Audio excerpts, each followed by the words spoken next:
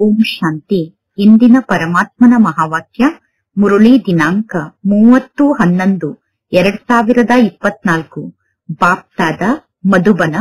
ಮಧುರ ಮಕ್ಕಳೇ, ಮಕ್ಕಳೇ ತಂದೆಯನ್ನು ಪ್ರತ್ಯಕ್ಷಪಡಿಸುತ್ತಾರೆ. ಸನ್ ಶೋಸ್ ಫಾದರ್. ಆದ್ದರಿಂದ ಮನ್ಮತವನ್ನು ಬಿಟ್ಟು ಶ್ರೀಮತದಂತೆ ನಡೆಯಿರಿ. ಶ್ರೀಮತದಂತೆ ನಡೆದಾಗ ಪರಮಾತ್ಮ ತಂದೆಯನ್ನು ಪ್ರತ್ಯಕ್ಷಗೊಳಿಸಲು ಸಾಧ್ಯ ಆಗುತ್ತದೆ.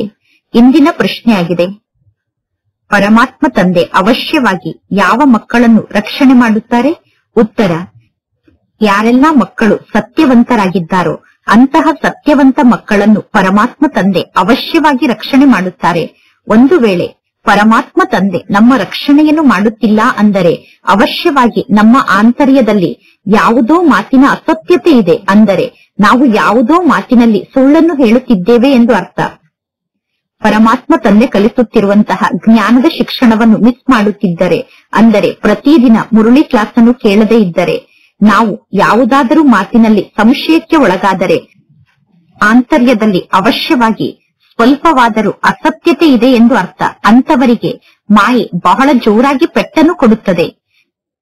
ಇನ್ನೊಂದು ಪ್ರಶ್ನೆ, ಯಾವ ಮಕ್ಕಳಿಗೆ ಮಾಯೆ ಅಯಸ್ಕಾಂತ ಆಗಿದೆ? ಉತ್ತರ, ಯಾರು ಮಾಯೆಯ ಸೌಂದರ್ಯಕ್ಕೆ ಆಕರ್ಷಿತರಾಗುತ್ತಾರೋ ಅಂತವರಿಗೋಸ್ಕರ ಮಾಯೆ ಅಯಸ್ಕಾಂತ ಆಗಿದೆ. ಶ್ರೀಮತದಂತೆ ನಡೆಯುವಂತಹ ಮಕ್ಕಳು ಎಂದು ಮಾಯೆಗೆ ಆಕರ್ಷಿತರಾಗುವುದಿಲ್ಲ. ಓಂ ಶಾಂತಿ. ಆತ್ಮಿಕ ತಂದೆ ಕುಳಿತು ಆತ್ಮಿಕ ಮಕ್ಕಳಿಗೆ ತಿಳಿಸುತ್ತಾರೆ. ಆತ್ಮಿಕ ತಂದೆ ಆತ್ಮಿಕ ಮಕ್ಕಳಾದ ನಮಗೆ ಶಿಕ್ಷಣವನ್ನು ಕಲಿಸುತ್ತಿದ್ದಾರೆ ಅನ್ನುವ ನಿಶ್ಚಯ ಮಕ್ಕಳಿಗೆ ಇದೆ. ಇದರ ಬಗ್ಗೆ ಗಾಯನ ಕೂಡ ಇದೆ. ಆತ್ಮರಾದ ನೀವು ಪರಮಾತ್ಮ ತಂದೆಯನ್ನು ಅಗಲಿ ಬಹಳ ಸಮಯ ಆಗಿದೆ ಎಂದು. ಮೂಲ ವತನದಲ್ಲಿ ನೀವು ತಂದೆಯನ್ನು ಅಗಲಿರುವುದಿಲ್ಲ. ನೀವು ಮೂಲ ವತನದಲ್ಲಿ ತಂದೆಯ ಜೊತೆಗೆ ಇರುತ್ತೀರಾ. ಪರಮಧಾಮದಲ್ಲಿ ಎಲ್ಲರೂ ಒಟ್ಟಿಗೆ ತಂದೆಯ ಜೊತೆಗೆ ಇರುತ್ತೀರಾ. ಅವಶ್ಯವಾಗಿ ಆತ್ಮರಾದ ನೀವು ಪರಮಧಾಮದಿಂದ ಕೆಳಗಡೆ ಬರುವಾಗ ಪರಮಾತ್ಮ ತಂದೆಯನ್ನು ಅಗಲುತ್ತೀರಾ. ಈ ಸೃಷ್ಟಿಗೆ ಬಂದು ಪ್ರತಿಯೊಬ್ಬರು ತಮ್ಮ ತಮ್ಮ ಪಾತ್ರವನ್ನು ಅಭಿನಯ ಮಾಡುತ್ತೀರಾ. ಸತೋ ಪ್ರಧಾನ ಸ್ಥಿತಿಯಿಂದ ಕೆಳಗಡೆ ಇಳಿಯುತ್ತಾ ಇಳಿಯುತ್ತಾ ತಮೋ ಪ್ರಧಾನರಾಗುತ್ತೀರಾ. ಹೇ ಪತಿತ ಪಾವನ ತಂದೆ, ನೀವು ಬಂದು ನಮ್ಮನ್ನು ಪಾವನ ಮಾಡಿ ಎಂದು ಎಲ್ಲರೂ ಪರಮಾತ್ಮ ತಂದೆಯನ್ನು ಕರೆಯುತ್ತಾರೆ. ಪರಮಾತ್ಮ ತಂದೆ ತಿಳಿಸುತ್ತಾರೆ, ಪ್ರತಿ 5,000 ವರ್ಷದ ನಂತರ ನಾನು ಈ ಸೃಷ್ಟಿಗೆ ಬರುತ್ತೇನೆ. ಈ ಸೃಷ್ಟಿ ನಾಟಕದ ಚಕ್ರದ ಆಯಸ್ಸು 5,000 ವರ್ಷ ಆಗಿದೆ. ಮೊದಲು ನಿಮಗೆ ಈ ಜ್ಞಾನದ ಮಾತು ಗೊತ್ತಿರಲಿಲ್ಲ. ಶಿವ ತಂದೆ ಈಗ ಈ ಜ್ಞಾನದ ಮಾತನ್ನು ತಿಳಿಸುತ್ತಿದ್ದಾರೆ ಅಂದ ಮೇಲೆ ಅವಶ್ಯವಾಗಿ ಪರಮಾತ್ಮ ತಂದೆ ಯಾರದ್ದೋ ತನುವಿನ ಮೂಲಕ ಜ್ಞಾನವನ್ನು ತಿಳಿಸುತ್ತಾರೆ. ಪರಮಾತ್ಮ ತಂದೆ ಮೇಲೆ ಪರಮಧಾಮದಲ್ಲೇ ಕುಳಿತು ಅಲ್ಲಿಂದಲೇ ಶಬ್ದದ ಮೂಲಕ ಜ್ಞಾನವನ್ನು ಹೇಳುವುದಿಲ್ಲ. ಶಕ್ತಿ ಅಥವಾ ಪ್ರೇರಣೆಯ ಮಾತು ಈ ಜ್ಞಾನ ಮಾರ್ಗದಲ್ಲಿ ಇಲ್ಲ. ಆತ್ಮರಾದ ನೀವು ಶರೀರದಲ್ಲಿ ಪ್ರವೇಶವನ್ನು ಮಾಡಿ ವಾರ್ತಾಲಾಪವನ್ನು ಮಾಡುತ್ತೀರಾ. ಆತ್ಮ ಶರೀರದಲ್ಲಿ ಬಂದು ವಾರ್ತಾಲಾಪವನ್ನು ಮಾಡುತ್ತದೆ. ಅದೇ ರೀತಿ ಪರಮಾತ್ಮ ತಂದೆ ತಿಳಿಸುತ್ತಾರೆ, ನಾನು ಈ ಬ್ರಹ್ಮನ ಶರೀರದ ಮೂಲಕ ನಿಮಗೆ ಆದೇಶವನ್ನು ನೀಡುತ್ತೇನೆ. ಪುನಃ ಯಾರು ಎಷ್ಟು ಪರಮಾತ್ಮ ತಂದೆಯ ಆದೇಶದಂತೆ ನಡೆಯುತ್ತಾರೋ ಅಷ್ಟು ಅವರು ಸ್ವಯಂನ ಕಲ್ಯಾಣವನ್ನು ಮಾಡಿಕೊಳ್ಳುತ್ತಾರೆ. ಮಕ್ಕಳು ಪರಮಾತ್ಮ ತಂದೆಯ ಶ್ರೀಮತದಂತೆ ನಡೆಯಬಹುದು ಅಥವಾ ನಡೆಯದೇ ಇರಬಹುದು. ಟೀಚರ್ ಹೇಳುತ್ತಿರುವ ಮಾತನ್ನು ಕೇಳುತ್ತಿರಬಹುದು ಅಥವಾ ಕೇಳದೇ ಇರಬಹುದು.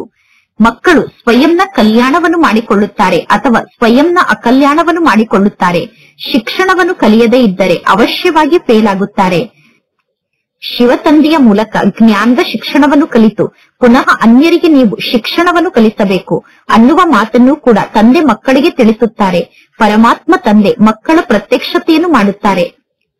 ಫಾದರ್ ಶೋಸ್ ಸನ್. ಇಲ್ಲಿ ಲೌಕಿಕ ತಂದೆಯ ಮಾತಿಲ್ಲ, ಇಲ್ಲಿ ಆತ್ಮಿಕ ತಂದೆ ಇದ್ದಾರೆ. ಈಗ ನಿಮಗೆ ಗೊತ್ತಿದೆ, ನಾವೀಗ ಎಷ್ಟು ಪರಮಾತ್ಮ ತಂದೆಯ ಶ್ರೀಮತದಂತೆ ನಡೆಯುತ್ತೇವೋ ಅಷ್ಟು ತಂದೆಯ ಮೂಲಕ ಆಸ್ತಿಯನ್ನು ಪಡೆದುಕೊಳ್ಳುತ್ತೇವೆ. ಒಂದು ವೇಳೆ ತಂದೆಯ ಶ್ರೀಮತದಂತೆ ಸಂಪೂರ್ಣ ನಡೆದರೆ ನಾವು ಶ್ರೇಷ್ಠ ಪದವಿಯನ್ನು ಪಡೆದುಕೊಳ್ಳುತ್ತೇವೆ. ತಂದೆಯ ಶ್ರೀಮತದಂತೆ ನಡೆಯದೇ ಇದ್ದರೆ ನಾವು ಶ್ರೇಷ್ಠ ಪದವಿಯನ್ನು ಪಡೆದುಕೊಳ್ಳಲು ಸಾಧ್ಯ ಇಲ್ಲ. ಪರಮಾತ್ಮ ತಂದೆ ತಿಳಿಸುತ್ತಾರೆ, ತಂದೆಯಾದ ನನ್ನನ್ನು ನೀವು ನೆನಪು ಮಾಡಿ, ಆಗ ನಿಮ್ಮ ಪಾಪ ನಾಶ ಆಗುತ್ತದೆ ಎಂದು. ರಾವಣ ರಾಜ್ಯದಲ್ಲಿ ನಿಮ್ಮ ತಲೆಯ ಮೇಲೆ ಬಹಳಷ್ಟು ಪಾಪದ ಹೊರೆ ಇದೆ. ಈ ರಾವಣ ರಾಜ್ಯದಲ್ಲಿ ನೀವು ಬಹಳಷ್ಟು ಪಾಪವನ್ನು ಮಾಡಿ ಪಾಪದ ಹೊರೆಯನ್ನು ಜಾಸ್ತಿ ಮಾಡಿಕೊಂಡಿದ್ದೀರಾ. ವಿಕಾರಕ್ಕೆ ವಶ ಆಗುವ ಕಾರಣ ನೀವು ಪಾಪಾತ್ಮರಾಗುತ್ತೀರಾ. ಪುಣ್ಯಾತ್ಮರು ಮತ್ತು ಪಾಪಾತ್ಮರು ಅವಶ್ಯವಾಗಿ ಇರುತ್ತಾರೆ. ಪುಣ್ಯಾತ್ಮರ ಸಮ್ಮುಖಕ್ಕೆ ಹೋಗಿ ಪಾಪಾತ್ಮರು ತಲೆಯನ್ನು ಬಾಗಿಸಿ ನಮಸ್ಕಾರವನ್ನು ಮಾಡುತ್ತಾರೆ. ದೇವತೆಗಳು ಪುಣ್ಯಾತ್ಮರಾಗಿದ್ದಾರೆ. ಅದೇ ದೇವತೆಗಳು ಪುನರ್ಜನ್ಮವನ್ನು ಪಡೆದುಕೊಳ್ಳುತ್ತಾ ಪಾಪಾತ್ಮರಾಗುತ್ತಾರೆ ಅನ್ನುವುದು ಮನುಷ್ಯರಿಗೆ ಗೊತ್ತಿಲ್ಲ. ದೇವತೆಗಳು ಸದಾ ಪುಣ್ಯಾತ್ಮರಾಗೇ ಇರುತ್ತಾರೆ ಎಂದು ಜಗತ್ತಿನ ಜನ ತಿಳಿದುಕೊಂಡಿದ್ದಾರೆ. ಪರಮಾತ್ಮ ತಂದೆ ತಿಳಿಸುತ್ತಾರೆ, ದೇವತೆಗಳು ಕೂಡ ಪುನರ್ಜನ್ಮವನ್ನು ಪಡೆದುಕೊಳ್ಳುತ್ತಾ ಸತೋ ಪ್ರಧಾನರಿಂದ ತಮೋ ಪ್ರಧಾನ ಸ್ಥಿತಿಗೆ ಬಂದು ತಲುಪುತ್ತಾರೆ. ಯಾವಾಗ ಎಲ್ಲರೂ ಸಂಪೂರ್ಣ ಪಾಪಾತ್ಮರಾಗುತ್ತಾರೋ ಆಗ ಪುನಃ ಪರಮಾತ್ಮ ತಂದೆಯನ್ನು ಕೂಗಿ ಕರೆಯುತ್ತಾರೆ. ಯಾವಾಗ ಪುಣ್ಯಾತ್ಮರಾಗಿರುತ್ತಾರೋ ಆಗ ತಂದೆಯನ್ನು ನೆನಪು ಮಾಡುವ ಅವಶ್ಯಕತೆ ಇರುವುದಿಲ್ಲ. ಇಲ್ಲಿ ಮಕ್ಕಳಿಗೆ ಪರಮಾತ್ಮ ತಂದೆ ತಿಳಿಸಿದ್ದಾರೆ, ಮಕ್ಕಳಾದ ನೀವು ಈಗ ಅವಶ್ಯವಾಗಿ ಸೇವೆಯನ್ನು ಮಾಡಬೇಕು. ಪರಮಾತ್ಮ ತಂದೆ ಹೋಗಿ ಎಲ್ಲರಿಗೂ ಜ್ಞಾನವನ್ನು ತಿಳಿಸುವುದಿಲ್ಲ. ಮಕ್ಕಳಾದ ನೀವು ಸೇವೆಯನ್ನು ಮಾಡಲು ಯೋಗ್ಯರಾಗಿದ್ದೀರಾ ಅಂದ ಮೇಲೆ ಮಕ್ಕಳಾದ ನೀವೇ ಸೇವೆಯನ್ನು ಮಾಡುವುದಕ್ಕೋಸ್ಕರ ಹೋಗಬೇಕು. ಮನುಷ್ಯರು ದಿನ ಕಳೆದಂತೆ ಇನ್ನೂ ಜಾಸ್ತಿ ಅಸುರರಾಗುತ್ತಾ ಹೋಗುತ್ತಾರೆ. ಪರಮಾತ್ಮ ತಂದೆಯ ಪರಿಚಯ ಗೊತ್ತಿಲ್ಲದೆ ಇರುವ ಕಾರಣ ಮನುಷ್ಯರು ಅಂತಿಂತಹ ಮಾತನ್ನು ಮಾತನಾಡಲು ಜಾಸ್ತಿ ಸಮಯವನ್ನು ತೆಗೆದುಕೊಳ್ಳುವುದಿಲ್ಲ. ಅಂದರೆ ಅಲ್ಲಸಲ್ಲದ ಮಾತನ್ನು ಮಾತನಾಡುತ್ತಾರೆ. ಮನುಷ್ಯರು ಹೇಳುತ್ತಾರೆ, ಗೀತೆಯ ಭಗವಂತ ಶ್ರೀಕೃಷ್ಣ ಆಗಿದ್ದಾರೆ ಎಂದು. ನೀವೀಗ ತಿಳಿಸುತ್ತೀರಾ, ಶ್ರೀಕೃಷ್ಣ ದೇಹಧಾರಿಯಾಗಿದ್ದಾರೆ. ಶ್ರೀಕೃಷ್ಣನಿಗೆ ದೇವತೆ ಎಂದು ಕರೆಯಲಾಗುತ್ತದೆ. ಶ್ರೀಕೃಷ್ಣನಿಗೆ ತಂದೆ ಎಂದು ಕರೆಯಲು ಸಾಧ್ಯ ಇಲ್ಲ. ಅಂದ ಮೇಲೆ ಎಲ್ಲರೂ ತಂದೆಯನ್ನು ಅವಶ್ಯವಾಗಿ ನೆನಪು ಮಾಡುತ್ತಾರೆ. ಆತ್ಮರಿಗೆ ಪರಮಾತ್ಮ ತಂದೆಯಾಗಿದ್ದಾರೆ. ಪರಮಾತ್ಮ ತಂದೆಯನ್ನು ಬಿಟ್ಟು ಆತ್ಮರಿಗೆ ಬೇರೆ ಯಾವ ತಂದೆಯೂ ಇಲ್ಲ. ಈ ಪ್ರಜಾಪಿತ ಬ್ರಹ್ಮ ಕೂಡ ಹೇಳುತ್ತಾರೆ, ನಿರಾಕಾರ ತಂದೆಯನ್ನು ನೆನಪು ಮಾಡಬೇಕು ಎಂದು. ಈ ಬ್ರಹ್ಮ ತಂದೆ ಸಾಕಾರದಲ್ಲಿರುವಂತಹ ತಂದೆಯಾಗಿದ್ದಾರೆ. ಪರಮಾತ್ಮ ತಂದೆ ಮಕ್ಕಳಿಗೆ ಅನೇಕ ಮಾತಿನ ಬಗ್ಗೆ ತಿಳಿಸುತ್ತಾರೆ. ಆದರೆ ಮಕ್ಕಳು ಸಂಪೂರ್ಣ ಜ್ಞಾನವನ್ನು ಅರ್ಥ ಮಾಡಿಕೊಳ್ಳದೆ ಉಲ್ಟಾ ಮಾರ್ಗದಲ್ಲಿ ಹೋಗಿ ಕಾಡಿನಲ್ಲಿ ಸಿಕ್ಕಿ ಹಾಕಿಕೊಳ್ಳುತ್ತಾರೆ. ಪರಮಾತ್ಮ ತಂದೆ ಸ್ವರ್ಗಕ್ಕೆ ಹೋಗುವ ಮಾರ್ಗವನ್ನು ತೋರಿಸುತ್ತಾರೆ. ಆದರೂ ಕೂಡ ಮಕ್ಕಳು ಕಾಡಿಗೆ ಹೋಗಿ ಬಿಡುತ್ತಾರೆ. ಪರಮಾತ್ಮ ತಂದೆ ತಿಳಿಸುತ್ತಾರೆ, ನಿಮ್ಮನ್ನು ರಾವಣ ಕಾಡಿನ ಕಡೆ ಕರೆದುಕೊಂಡು ಹೋಗುತ್ತಾನೆ. ನೀವು ಮಾಯೆಗೆ ಸೋಲುತ್ತೀರಾ. ಮಾಯೆಗೆ ಸೋತಾಗ ಮಾರ್ಗವನ್ನು ಮರೆತು ಬಿಡುತ್ತೀರಾ. ಪುನಃ ನೀವು ಕಾಡಿನ ಮುಳ್ಳಾಗಿ ಬಿಡುತ್ತೀರಾ. ಅಂತವರು ಸ್ವರ್ಗದಲ್ಲಿ ಲೇಟ್ ಆಗಿ ಬರುತ್ತಾರೆ. ಸ್ವರ್ಗಕ್ಕೆ ಹೋಗುವ ಪುರುಷಾರ್ಥವನ್ನು ಮಾಡುವುದಕ್ಕೋಸ್ಕರ ನೀವೀಗ ಇಲ್ಲಿಗೆ ಬಂದಿದ್ದೀರಾ. ತ್ರೇತಾಯುಗಕ್ಕೆ ಸ್ವರ್ಗ ಎಂದು ಕರೆಯುವುದಿಲ್ಲ. ಏಕೆಂದರೆ ತ್ರೇತಾಯುಗದಲ್ಲಿ ಎಲ್ಲಾ ಪ್ರಾಪ್ತಿಯಲ್ಲೂ 25% ಕಡಿಮೆ ಆಗಿರುತ್ತದೆ. ನೀವೀಗ ಇಲ್ಲಿಗೆ ಬಂದಿರುವುದೇ ಹಳೆಯ ಜಗತ್ತನ್ನು ಬಿಟ್ಟು ಹೊಸ ಜಗತ್ತಿಗೆ ಹೋಗುವುದಕ್ಕೋಸ್ಕರ. ತ್ರೇತಾಯುಗಕ್ಕೆ ಹೊಸ ಜಗತ್ತು ಎಂದು ಕರೆಯುವುದಿಲ್ಲ. ಯಾರು ಫೇಲ್ ಆಗುತ್ತಾರೋ ಅವರು ತ್ರೇತಾಯುಗಕ್ಕೆ ಹೋಗುತ್ತಾರೆ. ಏಕೆಂದರೆ ಅವರು ಸರಿಯಾದ ಮಾರ್ಗದಲ್ಲಿ ಹೋಗುವುದಿಲ್ಲ. ಅಂದರೆ ಸರಿಯಾದ ಮಾರ್ಗವನ್ನು ಹಿಡಿದುಕೊಂಡು ಮುಂದೆ ಹೋಗುವುದಿಲ್ಲ. ಮಕ್ಕಳು ಏರುಪೇರಿನಲ್ಲಿ ಬರುತ್ತಿರುತ್ತಾರೆ. ನಾವು ಎಷ್ಟು ತಂದೆಯನ್ನು ನೆನಪು ಮಾಡಬೇಕೋ ಅಷ್ಟು ತಂದೆಯ ನೆನಪು ನಮಗೆ ಇಲ್ಲ ಎಂದು ಮಕ್ಕಳು ಸ್ವಯಂ ಅನುಭವ ಮಾಡುತ್ತೀರಾ. ಯಾರು ಸ್ವರ್ಗದ ನಿವಾಸಿಗಳಾಗುತ್ತಾರೋ ಅವರಿಗೆ ಬಹಳ ಚೆನ್ನಾಗಿ ಪಾಸ್ ಆದಂತಹ ಆತ್ಮರು ಎಂದು ಕರೆಯಲಾಗುತ್ತದೆ. ಅಂದರೆ ಯಾರು ಒಳ್ಳೆಯ ಮಾರ್ಕ್ಸ್ ಅನ್ನು ತೆಗೆದುಕೊಂಡು ಪಾಸ್ ಆಗುತ್ತಾರೋ ಅವರೇ ಸ್ವರ್ಗದ ನಿವಾಸಿಗಳಾಗುತ್ತಾರೆ. ತ್ರೇತಾಯುಗದವರು ಫೇಲ್ ಆಗಿ ಕೆಳಗಡೆ ಬೀಳುತ್ತಾರೆ. ನೀವೀಗ ನರಕದ ನಿವಾಸಿಯಿಂದ ಸ್ವರ್ಗದ ನಿವಾಸಿಗಳಾಗುತ್ತೀರಾ. ಯಾರು ಸ್ವರ್ಗದ ನಿವಾಸಿ ಆಗುವುದಿಲ್ಲವೋ ಅಂತವರನ್ನು ನೋಡಿ ಇವರು ಫೇಲ್ ಆಗಿದ್ದಾರೆ ಎಂದು ಹೇಳಲಾಗುತ್ತದೆ. ಆ ಲೌಕಿಕ ಶಿಕ್ಷಣದಲ್ಲಿ ಫೇಲ್ ಆದರೆ ಪುನಃ ಮುಂದಿನ ವರ್ಷ ಆ ಲೌಕಿಕ ಶಿಕ್ಷಣವನ್ನು ಇನ್ನೊಮ್ಮೆ ಕಲಿಯಬಹುದು. ಆದರೆ ಈ ಜ್ಞಾನ ಮಾರ್ಗದಲ್ಲಿ ಫೇಲ್ ಆದರೆ ಮುಂದಿನ ವರ್ಷ ಇನ್ನೊಮ್ಮೆ ಇಲ್ಲಿ ಅದೇ ಶಿಕ್ಷಣವನ್ನು ಕಲಿಯುವ ಮಾತಿಲ್ಲ. ಇಲ್ಲಿ ಫೇಲ್ ಆದರೆ ಜನ್ಮ ಜನ್ಮಾಂತರಕ್ಕೋಸ್ಕರ ಕಲ್ಪ ಕಲ್ಪಾಂತರಕ್ಕೋಸ್ಕರ ಫೇಲ್ ಆದಂತೆ. ಈಗ ಇಲ್ಲಿ ನೀವು ಜನ್ಮ ಜನ್ಮಾಂತರಕ್ಕೋಸ್ಕರ ಕಲ್ಪ ಕಲ್ಪಾಂತರಕ್ಕೋಸ್ಕರ ಈ ಪರೀಕ್ಷೆಯನ್ನು ಪಾಸ್ ಮಾಡುತ್ತೀರಾ. ಯಾರು ಕಲ್ಪದ ಮೊದಲು ಈ ಪರೀಕ್ಷೆಯಲ್ಲಿ ಪಾಸ್ ಆಗಿದ್ದರೋ ಈಗಲೂ ಅವರೇ ಪಾಸ್ ಆಗುತ್ತಾರೆ. ನಾಟಕದ ರಹಸ್ಯವನ್ನು ಮಕ್ಕಳು ಚೆನ್ನಾಗಿ ಅರ್ಥ ಮಾಡಿಕೊಳ್ಳಬೇಕು. ನಾನು ಈ ಜ್ಞಾನ ಮಾರ್ಗದಲ್ಲಿ ಉಳಿದುಕೊಳ್ಳಲು ಸಾಧ್ಯ ಇಲ್ಲ ಎಂದು ಕೆಲವರು ತಿಳಿದುಕೊಳ್ಳುತ್ತಾರೆ. ಕೆಲವರು ವೃದ್ಧರಾಗಿರುತ್ತಾರೆ. ಅಂತವರ ಕೈಯನ್ನು ಹಿಡಿದು ನಡೆಸಿದಾಗ ಮಾತ್ರ ಅವರು ಮುಂದೆ ನಡೆಯುತ್ತಾರೆ. ಇಲ್ಲದಿದ್ದರೆ ಬಿದ್ದು ಬಿಡುತ್ತಾರೆ. ಹೇಗೆ ವೃದ್ಧರಿಗೆ ಕೈಯನ್ನು ಹಿಡಿದು ನಡೆಸಿದಾಗ ಮಾತ್ರ ಅವರು ನಡೆಯುತ್ತಾರೋ ಅದೇ ರೀತಿ ಈ ಜ್ಞಾನ ಮಾರ್ಗದಲ್ಲಿ ಕೆಲವರನ್ನು ನೀವು ಕೈ ಹಿಡಿದು ಮುಂದೆ ಕರೆದುಕೊಂಡು ಹೋದಾಗ ಮಾತ್ರ ಅವರು ಜ್ಞಾನ ಮಾರ್ಗದಲ್ಲಿ ಉಳಿದುಕೊಳ್ಳುತ್ತಾರೆ. ಇಲ್ಲದಿದ್ದರೆ ಬಿದ್ದು ಬಿಡುತ್ತಾರೆ. ಆದರೆ ಅದೃಷ್ಟದಲ್ಲಿ ಇಲ್ಲ ಅಂದರೆ ಅಂತವರನ್ನು ಹೂವನ್ನಾಗಿ ಮಾಡಲು ನೀವು ಎಷ್ಟೇ ಪ್ರಯತ್ನ ಪಟ್ಟರೂ ಅವರು ಹೂವಾಗುವುದಿಲ್ಲ. ಯಾರ ಅದೃಷ್ಟದಲ್ಲಿ ಇಲ್ಲವೋ ಅವರನ್ನು ಹೂವನ್ನಾಗಿ ಮಾಡಲು ನೀವು ಬಹಳಷ್ಟು ಪ್ರಯತ್ನವನ್ನು ಪಟ್ಟರೂ ಅವರು ಹೂವಾಗುವುದಿಲ್ಲ. ಎಕ್ಕೆ ಹೂ ಕೂಡ ಇರುತ್ತದೆ ತಾನೆ. ಇಲ್ಲಿರುವಂತಹ ಮುಳ್ಳುಗಳು ಚುಚ್ಚುತ್ತಿರುತ್ತದೆ. ಅಂದರೆ ಯಾರು ಮುಳ್ಳಿನ ಸಮಾನ ಆಗಿದ್ದಾರೋ ಅವರು ಅನ್ಯರಿಗೆ ದುಃಖವನ್ನು ನೀಡುತ್ತಿರುತ್ತಾರೆ. ಪರಮಾತ್ಮ ತಂದೆ ಎಷ್ಟೊಂದು ಜ್ಞಾನದ ಮಾತನ್ನು ತಿಳಿಸುತ್ತಾರೆ. ನಿನ್ನೆ ನೀವು ಯಾವ ಶಿವ ತಂದೆಯ ಪೂಜೆಯನ್ನು ಮಾಡುತ್ತಿದ್ದೀರೋ ಅದೇ ಶಿವ ತಂದೆ ಈ ದಿನ ನಿಮಗೆ ಶಿಕ್ಷಣವನ್ನು ಕಲಿಸುತ್ತಿದ್ದಾರೆ. ಪ್ರತಿಯೊಂದು ಮಾತಿನಲ್ಲೂ ಪುರುಷಾರ್ಥದ ಕಡೆ ಬಹಳಷ್ಟು ಗಮನವನ್ನು ಸೆಳೆಯಲಾಗುತ್ತದೆ. ಪ್ರತಿಯೊಂದು ಮಾತಿನಲ್ಲೂ ಪುರುಷಾರ್ಥವನ್ನು ಮಾಡಿ ಎಂದು ತಂದೆ ಪುರುಷಾರ್ಥದ ಕಡೆ ಒತ್ತನ್ನು ಕೊಡುತ್ತಾರೆ. ನೋಡಿದಾಗ ಗೊತ್ತಾಗುತ್ತದೆ, ಮಾಯೆ ಒಳ್ಳೊಳ್ಳೆ ಹೂಗಳನ್ನು ಕೂಡ ಕೆಳಗಡೆ ಬೀಳಿಸಿ ಬಿಡುತ್ತದೆ. ಮಾಯೆ ಮಕ್ಕಳ ಮೂಳೆಯನ್ನೇ ಮುರಿದು ಬಿಡುತ್ತದೆ. ಯಾರು ಮಾಯೆಗೆ ವಶ ಆಗುತ್ತಾರೋ ಅಂತವರಿಗೆ ಪುನಃ ಯಜ್ಞದ್ರೋಹಿಗಳು ಎಂದು ಕರೆಯಲಾಗುತ್ತದೆ. ಯಾರು ಒಂದು ರಾಜ್ಯವನ್ನು ಬಿಟ್ಟು ಇನ್ನೊಂದು ರಾಜ್ಯಕ್ಕೆ ಹೋಗುತ್ತಾರೋ ಅಂತವರಿಗೆ ದೇಶದ್ರೋಹಿಗಳು ಎಂದು ಕರೆಯಲಾಗುತ್ತದೆ. ಇಲ್ಲಿ ಪರಮಾತ್ಮ ತಂದೆ ತಿಳಿಸುತ್ತಾರೆ, ನನಗೆ ಮಕ್ಕಳಾಗಿ ಪುನಃ ಯಾರು ಮಾಯೆಗೆ ವಶ ಆಗುತ್ತಾರೋ ಅಂತವರಿಗೆ ಯಜ್ಞದ್ರೋಹಿಗಳು ಎಂದು ಕರೆಯಲಾಗುತ್ತದೆ. ಯಾರು ಮಾಯೆಗೆ ವಶ ಆಗಿ ಯಜ್ಞದ್ರೋಹಿಗಳಾಗಿರುತ್ತಾರೋ ಅವರ ನಡತೆ ಕೂಡ ಅಷ್ಟೇ ಕೆಟ್ಟ ನಡತೆ ಆಗಿರುತ್ತದೆ. ಈಗ ಪರಮಾತ್ಮ ತಂದೆ ಮಾಯೆಯಿಂದ ನಮ್ಮನ್ನು ಮುಕ್ತ ಮಾಡುವುದಕ್ಕೋಸ್ಕರ ಬಂದಿದ್ದಾರೆ. ಮಕ್ಕಳು ಹೇಳುತ್ತಾರೆ, ಮಾಯೆ ಬಹಳಷ್ಟು ಶಕ್ತಿಶಾಲಿಯಾಗಿದೆ, ನಮ್ಮನ್ನು ಮಾಯೆ ಬಹಳಷ್ಟು ತನ್ನ ಕಡೆ ಆಕರ್ಷಣೆ ಮಾಡಿಕೊಳ್ಳುತ್ತಿದೆ ಎಂದು. ಮಾಯೆ ಅಯಸ್ಕಾಂತ ಆಗಿದೆ. ಈ ಸಮಯದಲ್ಲಿ ಭೂಮಿ ಅಯಸ್ಕಾಂತದ ರೂಪದಲ್ಲಿ ಇದೆ. ಜಗತ್ತಿನಲ್ಲಿ ಎಷ್ಟೊಂದು ಸೌಂದರ್ಯತೆ ಜಾಸ್ತಿ ಆಗುತ್ತಿದೆ. ಮೊದಲು ಈ ಫಿಲಂಗಳು ಮುಂತಾದದ್ದು ಇರಲಿಲ್ಲ. ಇದೆಲ್ಲ 100 ವರ್ಷದ ಒಳಗಡೆ ಹುಟ್ಟಿಕೊಂಡಿದೆ.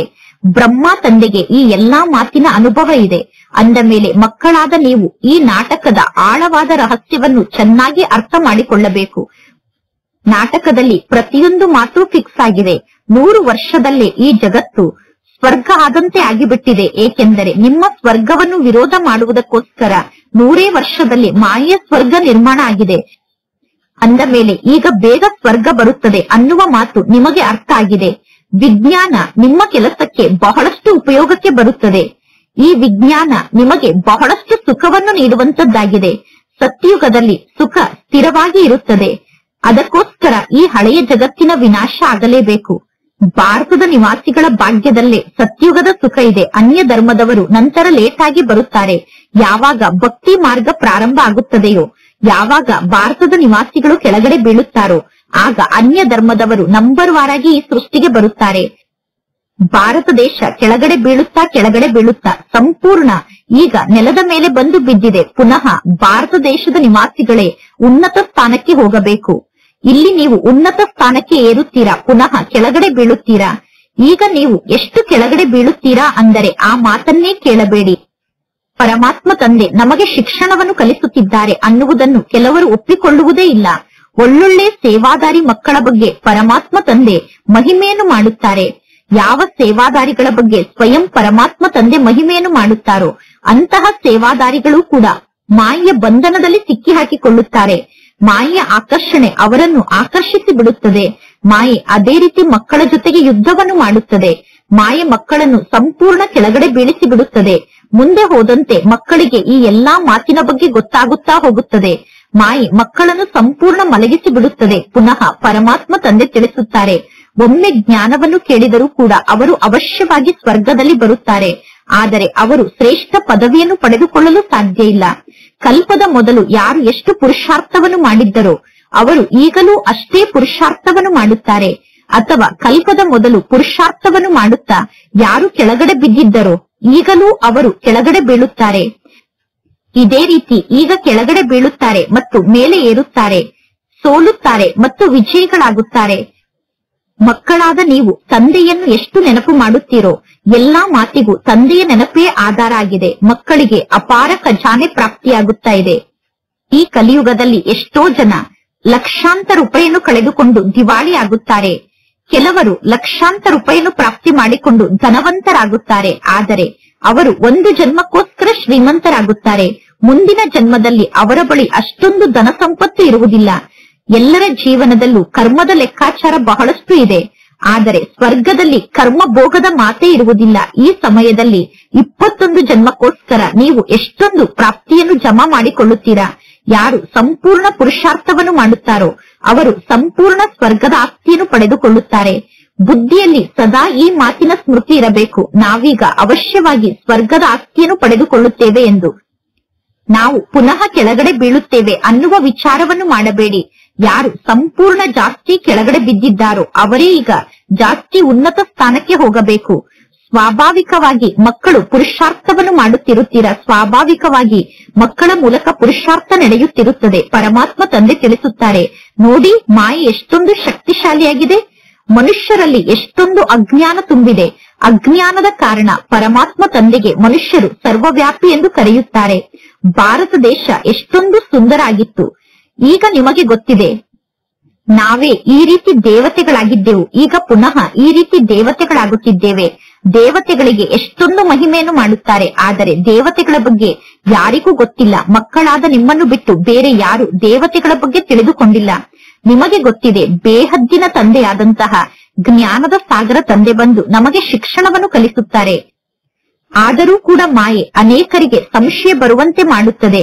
ಮಕ್ಕಳು ಅಸತ್ಯವನ್ನು ಹೇಳುವುದನ್ನು ನಿಲ್ಲಿಸುವುದೇ ಇಲ್ಲ, ಅಂದರೆ ಸುಳ್ಳನ್ನು ಹೇಳುವುದನ್ನು ಬಿಡುವುದಿಲ್ಲ, ಕಪಟವನ್ನು ಮಾಡುವುದನ್ನು ಬಿಡುವುದಿಲ್ಲ, ಅಂದರೆ ಮೋಸವನ್ನು ಮಾಡುವುದನ್ನು ಬಿಡುವುದಿಲ್ಲ. ಈಗ ಪರಮಾತ್ಮ ತಂದೆ ತಿಳಿಸುತ್ತಾರೆ, ನೀವೀಗ ಸ್ವಯಂನ ಸತ್ಯವಾದ ಚಾರ್ಟ್ ಅನ್ನು ಬರೆಯಿರಿ. ಮಕ್ಕಳಿಗೆ ತಂದೆ ಸತ್ಯವಾದ ಚಾರ್ಟ್ ಅನ್ನು ಬರೆಯಿರಿ ಎಂದು ಹೇಳಿದರೂ ಕೂಡ ಮಕ್ಕಳು ದೇಹಾಭಿಮಾನಕ್ಕೆ ವಶ ಆಗಿರುವ ಕಾರಣ ತಂದೆಯ ಸಮ್ಮುಖದಲ್ಲಿ ಸತ್ಯವನ್ನು ಹೇಳುವುದೇ ಇಲ್ಲ. ಸತ್ಯವನ್ನು ಹೇಳದೇ ಇರುವ ಕಾರಣ ಮಕ್ಕಳ ಮೂಲಕ ವಿಕರ್ಮ ನಡೆಯುತ್ತಿರುತ್ತದೆ. ಅಂದ ಮೇಲೆ ತಂದೆಗೆ ಸತ್ಯವನ್ನು ಹೇಳಬೇಕು. ನೀವು ಸತ್ಯವನ್ನು ಹೇಳದೇ ಇದ್ದರೆ ಬಹಳಷ್ಟು ಶಿಕ್ಷೆಯನ್ನು ಅನುಭವ ಮಾಡಬೇಕಾಗುತ್ತದೆ. ಗರ್ಭ ಜೈಲಿನಲ್ಲಿ ಬಹಳಷ್ಟು ಶಿಕ್ಷೆ ಪ್ರಾಪ್ತಿಯಾಗುತ್ತದೆ. ಕೆಲವರು ಗರ್ಭ ಜೈಲಿನಲ್ಲಿ ಅಯ್ಯೋ ಅಯ್ಯೋ ಎಂದು ಕೂಗುತ್ತಿರುತ್ತಾರೆ. ಅವರು ಹೇಳುತ್ತಾರೆ, ಪರಮಾತ್ಮ ತಂದೆ ಈ ಗರ್ಭ ಜೈಲಿನಿಂದ ನನ್ನನ್ನು ಮುಕ್ತ ಮಾಡಿ, ಪುನಃ ಎಂದೂ ನಾನು ಇಂತಹ ಪಾಪದ ಕಾರ್ಯವನ್ನು ಮಾಡುವುದಿಲ್ಲ ಎಂದು. ಹೇಗೆ ಯಾರಿಗಾದರೂ ಚೆನ್ನಾಗಿ ಪೆಟ್ಟು ಬಿದ್ದಾಗ, ಅಂದರೆ ಯಾರಿಗಾದರೂ ಚೆನ್ನಾಗಿ ಹೊಡೆದಾಗ ಅವರು ಈ ರೀತಿ ಕ್ಷಮೆಯನ್ನು ಬೇಡುತ್ತಾರೆ ತಾನೆ. ಗರ್ಭ ಜೈಲಿನಲ್ಲಿ ಶಿಕ್ಷೆಯನ್ನು ಅನುಭವ ಮಾಡುವ ಕಾರಣ ನಾನು ಪುನಃ ಇಂತಹ ಪಾಪವನ್ನು ಮಾಡುವುದಿಲ್ಲ ಎಂದು ಹೇಳುತ್ತಾರೆ. ಈಗ ಮಕ್ಕಳಾದ ನೀವು ಅರ್ಥ ಮಾಡಿಕೊಂಡಿದ್ದೀರಾ, ಮಾಯಿ ರಾಜ್ಯ ಯಾವಾಗ ಪ್ರಾರಂಭ ಆಗಿದೆ ಅನ್ನುವುದು ನಿಮಗೆ ಗೊತ್ತಿದೆ. ಮಾಯಿ ರಾಜ್ಯದಲ್ಲಿ ಎಲ್ಲರೂ ಪಾಪವನ್ನು ಮಾಡುತ್ತಿರುತ್ತಾರೆ. ಪರಮಾತ್ಮ ತಂದೆ ನೋಡುತ್ತಾರೆ, ಇಲ್ಲಿ ಮಕ್ಕಳು ಇನ್ನು ಬಹಳಷ್ಟು ಅತಿ ಮಧುರರು, ಅಂದರೆ ಮೃದು ಸ್ವಭಾವವುಳ್ಳವರು ಆಗಿಲ್ಲ. ಪರಮಾತ್ಮ ತಂದೆ ಮಕ್ಕಳಂತೆ ಬಹಳಷ್ಟು ಮೃದು ಸ್ವಭಾವವುಳ್ಳವರಾಗಿ ಎಲ್ಲರ ಜೊತೆಗೂ ವ್ಯವಹಾರವನ್ನು ಮಾಡುತ್ತಾರೆ. ಏಕೆಂದರೆ ಪರಮಾತ್ಮ ತಂದೆ ನಾಟಕದ ಆಧಾರದಿಂದ ಪಾತ್ರವನ್ನು ಮಾಡುತ್ತಿರುತ್ತಾರೆ. ಪರಮಾತ್ಮ ತಂದೆ ತಿಳಿಸುತ್ತಾರೆ, ಈಗ ಏನೆಲ್ಲ ಆಯಿತೋ ಅದೆಲ್ಲವೂ ನಾಟಕದಲ್ಲಿ ಫಿಕ್ಸ್ ಆಗಿತ್ತು. ತಂದೆ ಮಕ್ಕಳಿಗೆ ಪುನಃ ತಿಳಿಸುತ್ತಾರೆ, ಮುಂದೆ ಎಂದೂ ಕೂಡ ಇಂತಹ ತಪ್ಪು ಕಾರ್ಯವನ್ನು ಮಾಡಬೇಡಿ ಎಂದು. ಇಲ್ಲಿ ಬಾಪ್ ಮತ್ತು ದಾದಾ ಇಬ್ಬರು ಒಟ್ಟಿಗೆ ಇದ್ದಾರೆ, ಅಂದರೆ ಶಿವ ತಂದೆ ಮತ್ತು ಬ್ರಹ್ಮ ತಂದೆ ಇಬ್ಬರು ಒಟ್ಟಿಗೆ ಇದ್ದಾರೆ. ಬ್ರಹ್ಮ ತಂದೆ ತಮ್ಮ ಮತವನ್ನು ನೀಡುತ್ತಾರೆ, ಈಶ್ವರ ತಂದೆ ತಮ್ಮ ಮತವನ್ನು ನೀಡುತ್ತಾರೆ. ಅಂದ ಮೇಲೆ ಇಲ್ಲಿ ಯಾರು ಮತವನ್ನು ನೀಡುತ್ತಿದ್ದಾರೆ ಅನ್ನುವುದನ್ನು ಮಕ್ಕಳು ಅರ್ಥ ಮಾಡಿಕೊಳ್ಳಬೇಕು. ಇಲ್ಲಿ ಪರಮಾತ್ಮ ತಂದೆಯಂತೂ ಇದ್ದಾರೆ ತಾನೆ. ತಂದೆಯ ಮತದಂತೆ ನೀವು ನಡೆಯಬೇಕು, ಅಂದರೆ ತಂದೆಯ ಮತವನ್ನು ಸ್ವೀಕಾರ ಮಾಡಬೇಕು. ಪರಮಾತ್ಮ ತಂದೆ ದೊಡ್ಡ ತಂದೆ ಆಗಿದ್ದಾರೆ. ಆದ್ದರಿಂದ ಪರಮಾತ್ಮ ತಂದೆ ತಿಳಿಸುತ್ತಾರೆ, ಶಿವ ತಂದೆ ನಮಗೆ ಈ ಎಲ್ಲಾ ಮಾತನ್ನು ತಿಳಿಸುತ್ತಿದ್ದಾರೆ ಎಂದು ನೀವು ಸದಾ ತಿಳಿದುಕೊಳ್ಳಿ. ಒಂದು ವೇಳೆ ಶಿವ ತಂದೆ ತಿಳಿಸುತ್ತಿಲ್ಲ, ಬ್ರಹ್ಮ ತಂದೆ ತಿಳಿಸುತ್ತಿದ್ದಾರೆ ಎಂದು ನೀವು ತಿಳಿದುಕೊಂಡರೆ ನೀವು ಶ್ರೇಷ್ಠ ಪದವಿಯನ್ನು ಪಡೆದುಕೊಳ್ಳಲು ಸಾಧ್ಯ ಇಲ್ಲ. ನಾಟಕದ ಪ್ಲಾನ್ನ ಅನುಸಾರ ಇಲ್ಲಿ ಪರಮಾತ್ಮ ತಂದೆ ಕೂಡ ಇದ್ದಾರೆ ಮತ್ತು ಬ್ರಹ್ಮ ತಂದೆ ಕೂಡ ಇದ್ದಾರೆ. ತಂದೆಯ ಮೂಲಕ ಮಕ್ಕಳಿಗೆ ಶ್ರೀಮತ ಸಿಗುತ್ತಿದೆ. ಮಾಯೆ ಯಾರು ಮಹಾವೀರರಾಗಿದ್ದಾರೋ, ಶಕ್ತಿಶಾಲಿ ಆತ್ಮರಾಗಿದ್ದಾರೋ ಅವರ ಮೂಲಕ ಕೂಡ ಯಾವುದಾದರೂ ಉಲ್ಟಾ ಕಾರ್ಯವನ್ನು ಮಾಡಿಸುತ್ತದೆ. ಅಂದ ಮೇಲೆ ಪರಮಾತ್ಮ ತಂದೆಯ ಮತದಂತೆ ಈ ಮಕ್ಕಳು ನಡೆಯುತ್ತಿಲ್ಲ ಎಂದು ಅರ್ಥ ಮಾಡಿಕೊಳ್ಳಲಾಗುತ್ತದೆ. ಮಕ್ಕಳು ಸ್ವಯಂ ಅನುಭವವನ್ನು ಮಾಡುತ್ತಾರೆ, ನಾನೀಗ ಅಸುರಿ ಮತದಂತೆ ನಡೆಯುತ್ತಿದ್ದೇನೆ ಎಂದು. ಶ್ರೀಮತವನ್ನು ನೀಡುವಂತಹ ಪರಮಾತ್ಮ ತಂದೆ ಇಲ್ಲಿ ಬಂದು ಉಪಸ್ಥಿತ ಆಗಿದ್ದಾರೆ. ಪರಮಾತ್ಮ ತಂದೆಯ ಮತ ಈಶ್ವರಿಯ ಮತ ಆಗಿದೆ. ಪರಮಾತ್ಮ ತಂದೆ ಸ್ವಯಂ ತಿಳಿಸುತ್ತಾರೆ, ಒಂದು ವೇಳೆ ಈ ಬ್ರಹ್ಮ ತಂದೆಯ ಮೂಲಕ ನಿಮಗೆ ಯಾವುದಾದರೂ ತಪ್ಪು ಮತ ಪ್ರಾಪ್ತಿಯಾದರೂ ಕೂಡ ಆ ಮತವನ್ನು ಸರಿಪಡಿಸುವುದಕ್ಕೋಸ್ಕರ ಪರಮಾತ್ಮ ತಂದೆಯಾದ ನಾನು ಕುಳಿತಿದ್ದೇನೆ. ಏಕೆಂದರೆ ನಾನು ಈ ಬ್ರಹ್ಮ ತಂದೆಯ ರಥವನ್ನು ಆಧಾರವಾಗಿ ತೆಗೆದುಕೊಂಡಿದ್ದೇನೆ. ಪರಮಾತ್ಮ ತಂದೆ ತಿಳಿಸುತ್ತಾರೆ, ನಾನು ಬ್ರಹ್ಮನ ರಥವನ್ನು ಆಧಾರವಾಗಿ ತೆಗೆದುಕೊಂಡಿರುವ ಕಾರಣ ಈ ಬ್ರಹ್ಮ ತಂದೆ ಎಷ್ಟೊಂದು ನಿಂದನೆಯನ್ನು ಮಾಡಿಸಿಕೊಳ್ಳಬೇಕಾಯಿತು. ಹಾಗೆ ನೋಡಿದರೆ ಬ್ರಹ್ಮ ತಂದೆ ಲೌಕಿಕ ಜೀವನದಲ್ಲಿ ಎಂದೂ ಯಾರಿಂದಲೂ ನಿಂದನೆಯನ್ನು ಮಾಡಿಸಿಕೊಂಡಿರಲಿಲ್ಲ. ನನ್ನ ಕಾರಣದಿಂದಾಗಿ ಈ ಬ್ರಹ್ಮ ತಂದೆ ಎಷ್ಟೊಂದು ನಿಂದನೆಯನ್ನು ಮಾಡಿಸಿಕೊಳ್ಳಬೇಕಾಗುತ್ತದೆ ಎಂದು ಶಿವ ತಂದೆ ಹೇಳುತ್ತಾರೆ. ಅಂದ ಮೇಲೆ ಶಿವ ತಂದೆ ಬ್ರಹ್ಮ ತಂದೆಯ ಪಾಲನೆಯನ್ನು ಕೂಡ ಮಾಡಬೇಕಾಗುತ್ತದೆ. ಪರಮಾತ್ಮ ಶಿವ ತಂದೆ ಅವಶ್ಯವಾಗಿ ಬ್ರಹ್ಮ ತಂದೆಯ ರಕ್ಷಣೆಯನ್ನು ಮಾಡುತ್ತಾರೆ. ಹೇಗೆ ತಂದೆ ಮಕ್ಕಳ ರಕ್ಷಣೆಯನ್ನು ಮಾಡುತ್ತಾರೋ ಆ ರೀತಿ ಪರಮಾತ್ಮ ತಂದೆ ಬ್ರಹ್ಮ ತಂದೆಯ ರಕ್ಷಣೆಯನ್ನು ಮಾಡುತ್ತಾರೆ. ನೀವು ಎಷ್ಟು ಸತ್ಯತೆಯಿಂದ ನಡೆದುಕೊಳ್ಳುತ್ತೀರೋ ಅಷ್ಟು ಪರಮಾತ್ಮ ತಂದೆ ನಿಮ್ಮ ರಕ್ಷಣೆಯನ್ನು ಮಾಡುತ್ತಾರೆ. ಪರಮಾತ್ಮ ತಂದೆ ಅಸತ್ಯವಂತರ ರಕ್ಷಣೆಯನ್ನು ಮಾಡುವುದಿಲ್ಲ. ಯಾರು ಅಸತ್ಯವನ್ನು ಹೇಳುತ್ತಾರೋ ಅವರು ಅವಶ್ಯವಾಗಿ ಶಿಕ್ಷೆಯನ್ನು ಅನುಭವ ಮಾಡಬೇಕಾಗುತ್ತದೆ. ಅಸತ್ಯವನ್ನು ಹೇಳುವಂತವರಿಗೆ ಶಿಕ್ಷೆ ಫಿಕ್ಸ್ ಆಗಿ ಬಿಡುತ್ತದೆ. ಆದ್ದರಿಂದ ಪರಮಾತ್ಮ ತಂದೆ ತಿಳಿಸುತ್ತಾರೆ, ಮಾಯೆ ತಕ್ಷಣ ನಿಮ್ಮ ಮೂಗನ್ನು ಹಿಡಿದು ನಿಮ್ಮ ಜೀವನವನ್ನೇ ಸಮಾಪ್ತಿ ಮಾಡುತ್ತದೆ. ಮಕ್ಕಳು ಸ್ವಯಂ ಅನುಭವ ಮಾಡುತ್ತಾರೆ, ಮಾಯೆ ನಮ್ಮನ್ನು ನುಂಗಿಬಿಟ್ಟಿದೆ ಎಂದು. ಯಾರನ್ನು ಮಾಯೆ ನುಂಗುತ್ತದೆಯೋ ಅಂತವರು ಪುನಃ ಶಿಕ್ಷಣವನ್ನು ಕಲಿಯುವುದನ್ನೇ ಬಿಟ್ಟು ಬಿಡುತ್ತಾರೆ. ಪರಮಾತ್ಮ ತಂದೆ ತಿಳಿಸುತ್ತಾರೆ, ನೀವೀಗ ಅವಶ್ಯವಾಗಿ ಜ್ಞಾನದ ಶಿಕ್ಷಣವನ್ನು ಕಲಿಯಿರಿ. ಒಳ್ಳೆಯದು. ಎಲ್ಲಾದರೂ ಯಾರದ್ದಾದರೂ ದೋಷ ಇದ್ದರೆ, ಯಾರಾದರೂ ತಪ್ಪನ್ನು ಮಾಡುತ್ತಿದ್ದರೆ ಅವರು ಎಂತಹ ಕರ್ಮವನ್ನು ಮಾಡುತ್ತಾರೋ ಭವಿಷ್ಯದಲ್ಲಿ ಅಂತಹ ಪದವಿಯನ್ನು ಪಡೆದುಕೊಳ್ಳುತ್ತಾರೆ.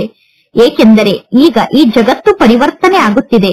ಮಾಯೆ ಮಕ್ಕಳಿಗೆ ಜೋರಾಗಿ ಪೆಟ್ಟನ್ನು ಕೊಡುತ್ತದೆ. ಮಾಯೆ ಪೆಟ್ಟನ್ನು ಕೊಟ್ಟಾಗ ಮಕ್ಕಳಿಗೆ ಖುಷಿಯೇ ಇರುವುದಿಲ್ಲ. ಪುನಃ ಮಕ್ಕಳು ತಂದೆಯನ್ನು ಕೂಗಿ ಕರೆಯುತ್ತಾರೆ, ಬಾಬಾ ನನ್ನ ಜೀವನದಲ್ಲಿ ಏನಾಗುತ್ತಿದೆಯೋ ನನಗೆ ಗೊತ್ತಿಲ್ಲ ಎಂದು.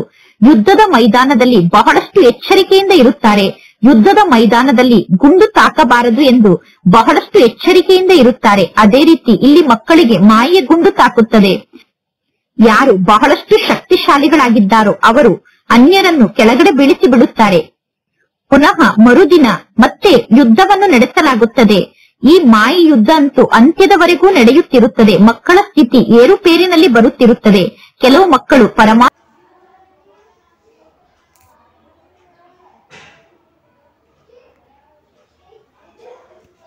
ಬ್ರಹ್ಮ ತಂದೆ ಎಷ್ಟೊಂದು ನಿಂದನೆಯನ್ನು ಮಾಡಿಸಿಕೊಳ್ಳಬೇಕಾಯಿತು.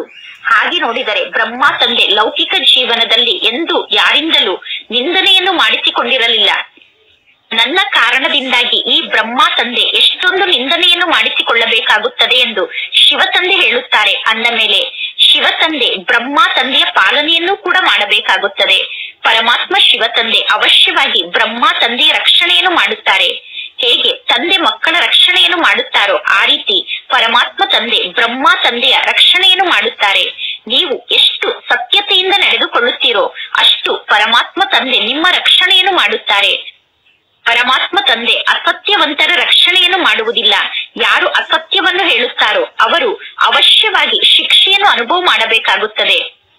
ಅಸತ್ಯವನ್ನು ಹೇಳುವಂತವರಿಗೆ ಶಿಕ್ಷೆ ಫಿಕ್ಸ್ ಆಗಿ ಬಿಡುತ್ತದೆ. ಆದ್ದರಿಂದ ಪರಮಾತ್ಮ ತಂದೆ ತಿಳಿಸುತ್ತಾರೆ, ಮಾಯೆ ತಕ್ಷಣ ನಿಮ್ಮ ಮೂಗನ್ನು ಹಿಡಿದು ನಿಮ್ಮ ಜೀವನವನ್ನೇ ಸಮಾಪ್ತಿ ಮಾಡುತ್ತದೆ. ಮಕ್ಕಳು ಸ್ವಯಂ ಅನುಭವ ಮಾಡುತ್ತಾರೆ, ಮಾಯೆ ನಮ್ಮನ್ನು ನುಂಗಿಬಿಟ್ಟಿದೆ ಎಂದು. ಯಾರನ್ನು ಮಾಯೆ ನುಂಗುತ್ತದೆಯೋ ಅಂತವರು ಪುನಃ ಶಿಕ್ಷಣವನ್ನು ಕಲಿಯುವುದನ್ನೇ ಬಿಟ್ಟು ಬಿಡುತ್ತಾರೆ. ಪರಮಾತ್ಮ ತಂದೆ ತಿಳಿಸುತ್ತಾರೆ, ನೀವೀಗ ಅವಶ್ಯವಾಗಿ ಜ್ಞಾನದ ಶಿಕ್ಷಣವನ್ನು ಕಲಿಯಿರಿ. ಒಳ್ಳೆಯದು.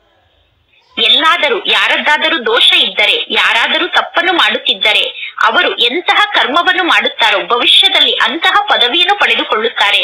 ಏಕೆಂದರೆ ಈಗ ಈ ಜಗತ್ತು ಪರಿವರ್ತನೆ ಆಗುತ್ತಿದೆ. ಮಾಯೆ ಮಕ್ಕಳಿಗೆ ಜೋರಾಗಿ ಪೆಟ್ಟನ್ನು ಕೊಡುತ್ತದೆ. ಮಾಯೆ ಪೆಟ್ಟನ್ನು ಕೊಟ್ಟಾಗ ಮಕ್ಕಳಿಗೆ ಖುಷಿಯೇ ಇರುವುದಿಲ್ಲ. ಪುನಃ ಮಕ್ಕಳು ತಂದೆಯನ್ನು ಕೂಗಿ ಕರೆಯುತ್ತಾರೆ, ಬಾಬಾ ನನ್ನ ಜೀವನದಲ್ಲಿ ಏನಾಗುತ್ತಿದೆಯೋ ನನಗೆ ಗೊತ್ತಿಲ್ಲ ಎಂದು. ಯುದ್ಧದ ಮೈದಾನದಲ್ಲಿ ಬಹಳಷ್ಟು ಎಚ್ಚರಿಕೆಯಿಂದ ಇರುತ್ತಾರೆ. ಯುದ್ಧದ ಮೈದಾನದಲ್ಲಿ ಗುಂಡು ತಾಕಬಾರದು ಎಂದು ಬಹಳಷ್ಟು ಎಚ್ಚರಿಕೆಯಿಂದ ಇರುತ್ತಾರೆ. ಅದೇ ರೀತಿ ಇಲ್ಲಿ ಮಕ್ಕಳಿಗೆ ಮಾಯೆ ಗುಂಡು ತಾಕುತ್ತದೆ. ಯಾರು ಬಹಳಷ್ಟು ಶಕ್ತಿಶಾಲಿಗಳಾಗಿದ್ದಾರೋ ಅವರು ಅನ್ಯರನ್ನು ಕೆಳಗಡೆ ಬೀಳಿಸಿ ಬಿಡುತ್ತಾರೆ. ಪುನಃ ಮರುದಿನ ಮತ್ತೆ ಯುದ್ಧವನ್ನು ನಡೆಸಲಾಗುತ್ತದೆ. ಈ ಮಾಯೆ ಯುದ್ಧ ಅಂತೂ ಅಂತ್ಯದವರೆಗೂ ನಡೆಯುತ್ತಿರುತ್ತದೆ. ಮಕ್ಕಳ ಸ್ಥಿತಿ ಏರುಪೇರಿನಲ್ಲಿ ಬರುತ್ತಿರುತ್ತದೆ. ಕೆಲವು ಮಕ್ಕಳು ಪರಮಾತ್ಮ ತಂದೆಗೆ ಸತ್ಯವನ್ನು ಹೇಳುವುದೇ ಇಲ್ಲ. ನಾನು ಸತ್ಯವನ್ನು ಹೇಳಿದರೆ ಪರಮಾತ್ಮ ತಂದೆ ನನ್ನ ಬಗ್ಗೆ ಏನೆಂದು ತಿಳಿದುಕೊಳ್ಳಬಹುದು ಎಂದು ಕೆಲವರಿಗೆ ತಮ್ಮ ಮರ್ಯಾದೆಯ ಭಯ ಇರುತ್ತದೆ. ಆದ್ದರಿಂದ ತಂದೆಗೆ ಸತ್ಯವನ್ನು ಹೇಳುವುದಿಲ್ಲ. ಎಲ್ಲಿಯವರೆಗೂ ಮಕ್ಕಳು ಸತ್ಯವನ್ನು ಹೇಳುವುದಿಲ್ಲವೋ ಅಲ್ಲಿಯವರೆಗೂ ಮಕ್ಕಳು ಪುರುಷಾರ್ಥದ ಮಾರ್ಗದಲ್ಲಿ ಮುಂದೆ ಹೋಗಲು ಸಾಧ್ಯ ಇಲ್ಲ. ಆಂತರ್ಯದಲ್ಲಿ ಅವರ ಮನಸ್ಸೇ ಅವರನ್ನು ತಿನ್ನುತ್ತಿರುತ್ತದೆ. ಆಂತರ್ಯದಲ್ಲಿ ಪುನಃ ಪಾಪ ವೃದ್ಧಿಯಾಗುತ್ತಾ ಹೋಗುತ್ತದೆ. ಏಕೆಂದರೆ ಅಂತಹ ಮಕ್ಕಳು ಎಂದೂ ತಂದೆಗೆ ಸತ್ಯವನ್ನು ಹೇಳುವುದಿಲ್ಲ. ಕೆಲವೊಂದು ಕಡೆ ಇಬ್ಬರು ಸೇರಿ ತಪ್ಪನ್ನು ಮಾಡುತ್ತಿರುತ್ತಾರೆ. ಇಬ್ಬರು ತಪ್ಪನ್ನು ಮಾಡಿದಾಗ ಒಬ್ಬರು ತಿಳಿದುಕೊಳ್ಳುತ್ತಾರೆ, ಇವರು ಪರಮಾತ್ಮ ತಂದೆಗೆ ಸತ್ಯವನ್ನು ಹೇಳಿದರೆ ನಾನು ಕೂಡ ಸತ್ಯವನ್ನು ಹೇಳುತ್ತೇನೆ ಎಂದು.